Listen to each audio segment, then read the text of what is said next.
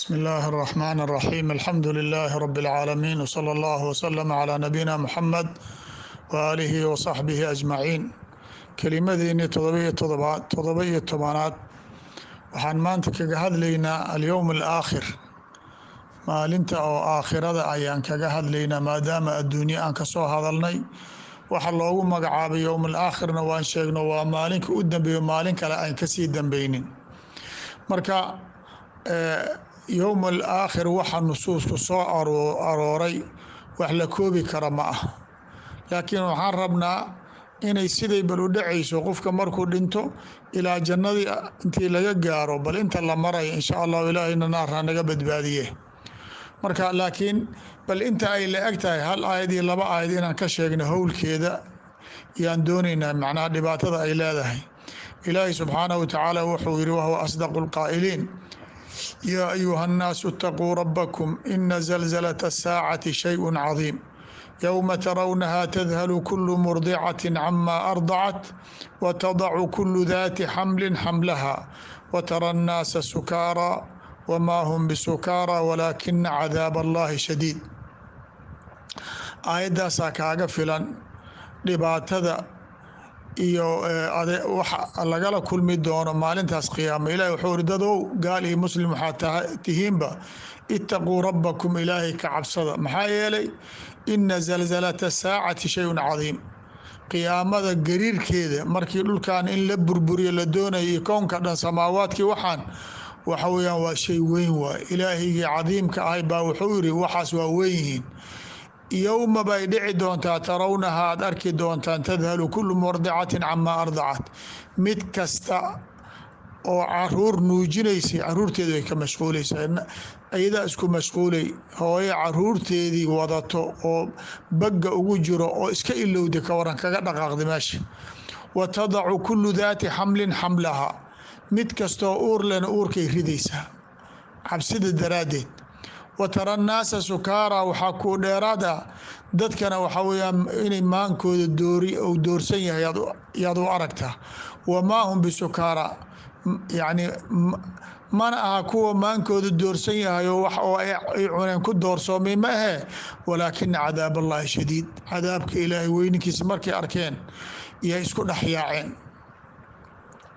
ilaahay aayad kale wuxuu ku leeyahy fakayfa tattaquuna in kafartum yowma yajcalu lwildaana shiiba asamaau munfatirun bih kaana wacduhu mafcuula see aad ugu dhowrsan doontaan ood u badbaadaysaan maalin haddaad ilaahay ku kufrisaan maalintaas seed u badbaadaysaan maalintoo ka yeeraysa caruurtii yaryareed kuwa cinro leh yacni ilmihii yaryaray markay arkaan madaxooda cinrabaya ayuu isu bedelaya sababta waxaa weeyaan asamaau munfadirun samadii korkaada soo dilaacayso dhacdhacdhacdhac soo daadanayso markaasuu ilaahay wuxuu iri kaana wacduhu mafcuulan ilaahay wuxuu maanta idin sheegayo uu idin yabuuhayo inay dhici doonaan sidaasay u dhacayaan wax dib u dhacaya ma aha sheeka baraley ma aha wax waqtiga layskugu dhaafo ma aha samadan oo qayb usoo dhacaysa ka waran ida ashamsu kuwirat waida anujuumu nkadarat waida aljibaalu suyirat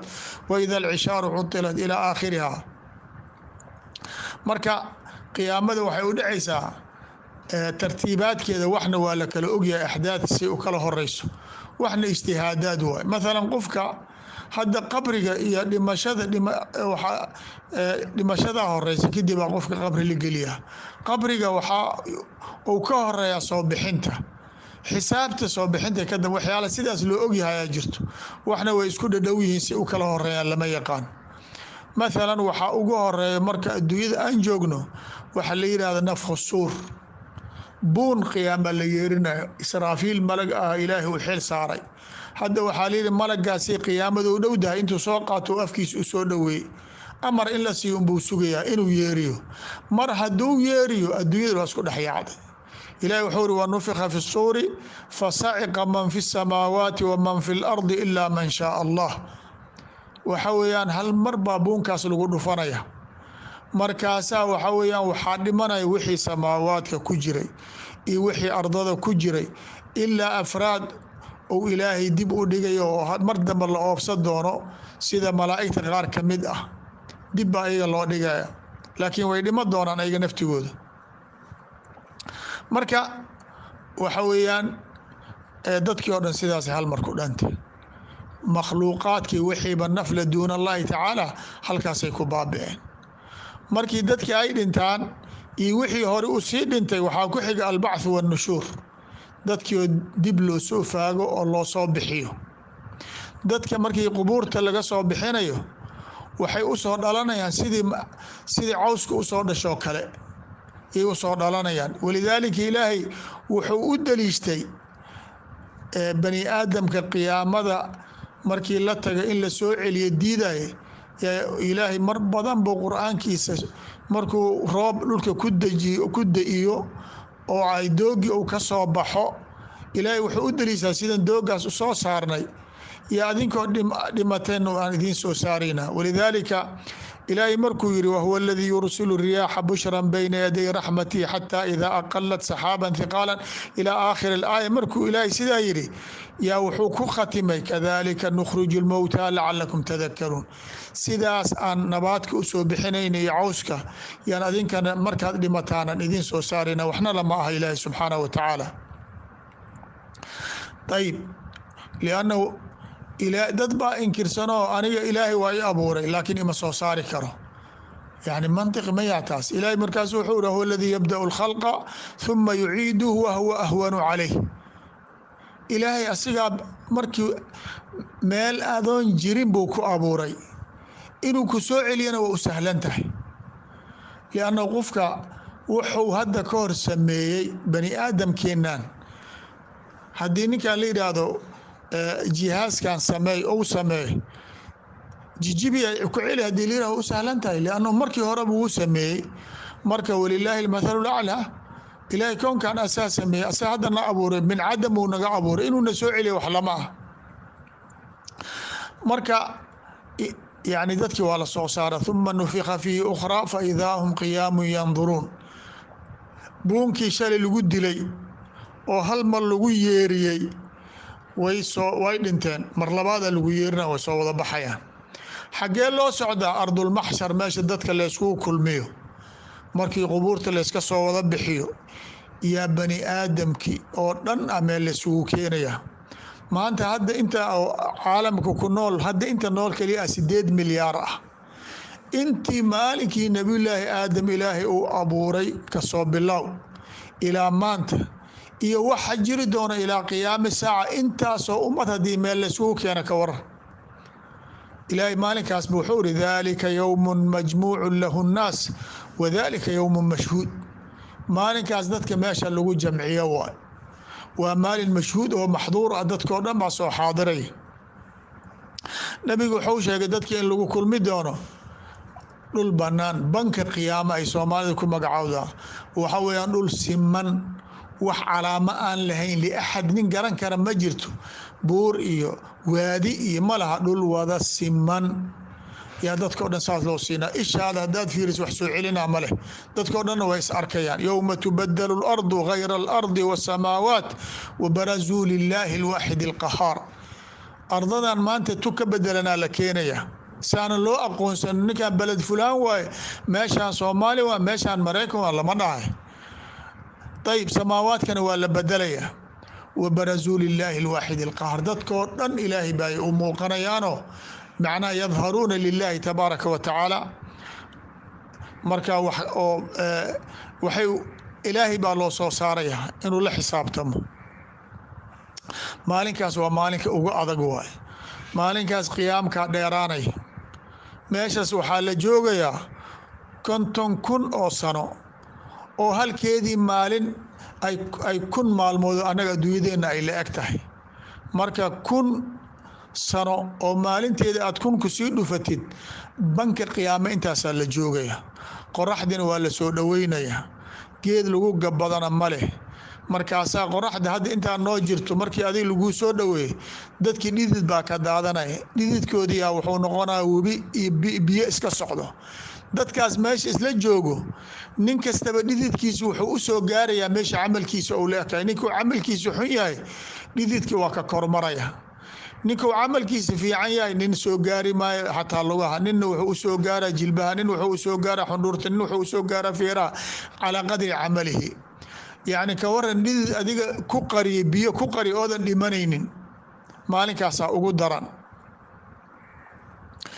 ayib, walidaalika dadkii markay wareersadaan, dadkay wanaag ku yaqiineen bay aadayaan. ambiyadii aadan bay u tagayaan, nuux bay u tagayaan, ibraahim bay ku xijinayaan, muuse ay ku xijinayaan, ciise ay ku tagayaan. nin kasta ambiyadaasay soo wada marayaan. nebi kasta wuxuu leeyahy nafsi nafsi.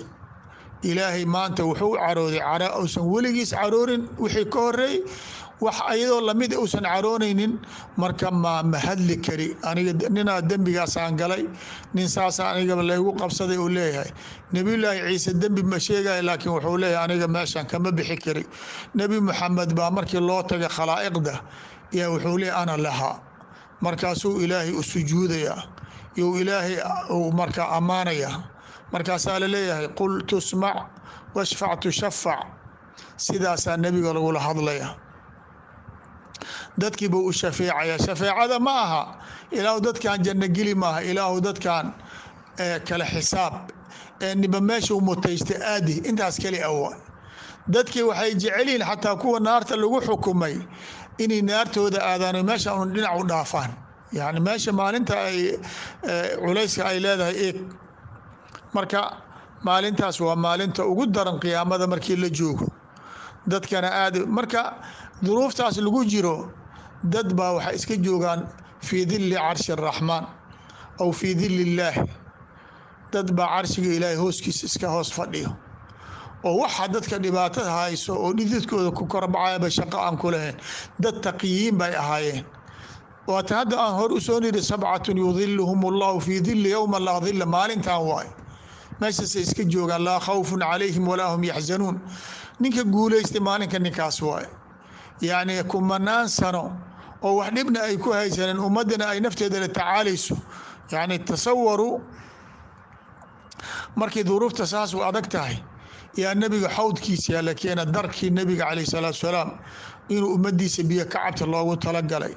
dar oy biyo cadaan badan ku jiraan, oo galaasyihiisa ay ka badan yihiin xidigaha oo cirka ay ka badan yihiin. biyaha macaanta ay qabaanna ay wax la koobi kara ay ahayn, yaa la keenaya. markaasay ummadii ku yaaci, qaar baa laga leexina oo nebi moxamed ummaddiisa ku tirinay. markaasoo ilaahayow dadkaas laga leexiyey, qaarkaas la leexiyey ummadda iyo ayana ka mid yihiin. markaasaa lagu leeyahay nebiga maa tadri ma axdathuu bacdaka, gadaashaa waxay sameeyeen warka ma hayside iska aamusa lale. kuwaas ma mutaystaan inay xawdka wax ka cabaan. tasawar wixii ood arkaysid kuleylkaasna ay jiraan, lagaaga celiyey mukhaalafa liariiqi nabiy sala allahu calayhi wasalam, yaa la leeyahy war adiga dhinac soco, harta arrintaa wax kuma lihid. marka waxaa bilaabanaysa xisaabtii. nebiga markuu shafeeco wuxuu u shafeecay dadka in la kala bixiyo. ilaahay baa xisaabay fii nisfi yowma lagu xisaabaya dadkao dhan. nisfi yowm laakiin waa maalin badan wa. ayib, markii xisaabta dhacdo, nin kastaba waxaa la soo daynaa waraaqo aad dadkii ku korbiibayso. warqad kastaba ninkiisa ay ku duldhacaysaa. ninka kasta warqadaada markay kuu timaado, hadduu ninka ahlu janno yahayna midigtuu ku qabsanaya, hadduu ahlu naar yahayne bidaxduu ku qabsanaa. iskama celi karo. waxay calaamo u tahay nin fiicani nin xun inay meesha kala yihiin labadooda. fa amaa man uutiya kitaabahu biyamiinihi fayaquulu ha umqra'uu kitaabiya. ninkii midigta laga siiyo wuxuu leeyahay wardadow kaalay arka kitaabkayga waxa igu yaal, farxadda daraaddeed dadka tusinaya. kii kalena wuxuu leeyahay laytanii lam uuta kitaabiya walam adri maa xisaabiya yaa laytaha kaanat ilqaadiya. anoon lay tusinaa ii fiicnaa oo hore naarta layga geeyo. waxa ku yaalla wax la fiiri kara maaha. maa lihada alkitaabi laa yugaadiru sagiiratan walaa kabiiratan. sidaasuu ayuu dadkii ay ku calaacalayaan. marka nin kasta kitaabkiisi u qaato, yaa waxaa lagu leeyahy iqra' kitaabaka kafaa binafsika alyowma calayka xasiiban. ilaahay caadil waay. caadilnimadiisa kuma dhahay aniga waxaan ogaaday inaad ahlu naar tahay, naarta gal, adiga waxaad mutaysay jannada gal, layskama dhahay. waxaa lagu tusinayaa wax cad oo xaqaa'iq ah oo lagugu qabtay oo lagugu haysto. dembigan ma gashay dembigan ma gashay noocan ma u gashay kayta ma inkiri kartid walaa yaktumuuna allah xadiidan maalinka ilaahay nin hadalka qari kara ma jirto markaasuu ninkii qof kasta wuxuu leeyahy kayta wa kayta wa kayta markuu arko wixii oo qoran oo taariikhaysan oo suuradeedii ay hortaada ka muuqato yaa lagu duldhigaya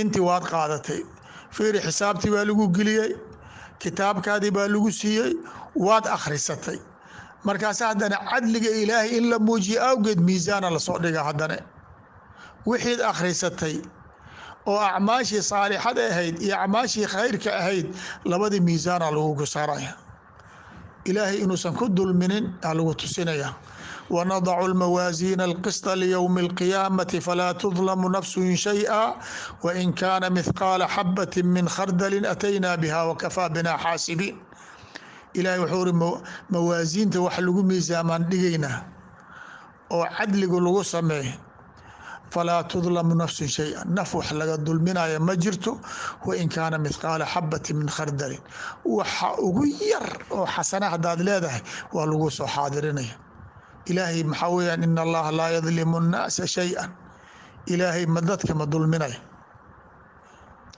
markaasuu wuxuu iri wakafaa binaa xaasibiin waxaasoo dhan waxau doonaya ilaahay cadliga dadka inuu muujiye mooye xisaabta ilaahay horibuu uu ogaaday laakiin adiga waxaa lagu tusinayaa inay cid ku dulmin ay jirin intaasoo xisaaba lagu marsinaya marka dadki haddana waa la dhaqaajina xisaabtii waa dhacday miisaankii waa dhacay faamaa man uutiya kitaabahu فأما من ثقلت موازينه فهو في عيشة راضية وأما من خفت موازينه فأمه هاوية ninkii oo miisaankiisa u rajaxsanaada xasanaadka ah waa guulaystay ninkii miisaankiisii oo xumay oo hoos marane waa khasaaray marka dadkii waa lala tegaya wixii jahannamo mutaysto gaala oonba hadal ku joogin jahannamadii aa lagu quminaya ummadii nebi moxamed yaa la soo wadaya siraadkaa loo soo wadaa dadkan kale siraadka waa la marsiina ayaga maba u baahnaba kulligood way ku dhacayn jahannamay ku wada dhacayn siraadba mama mari karaanba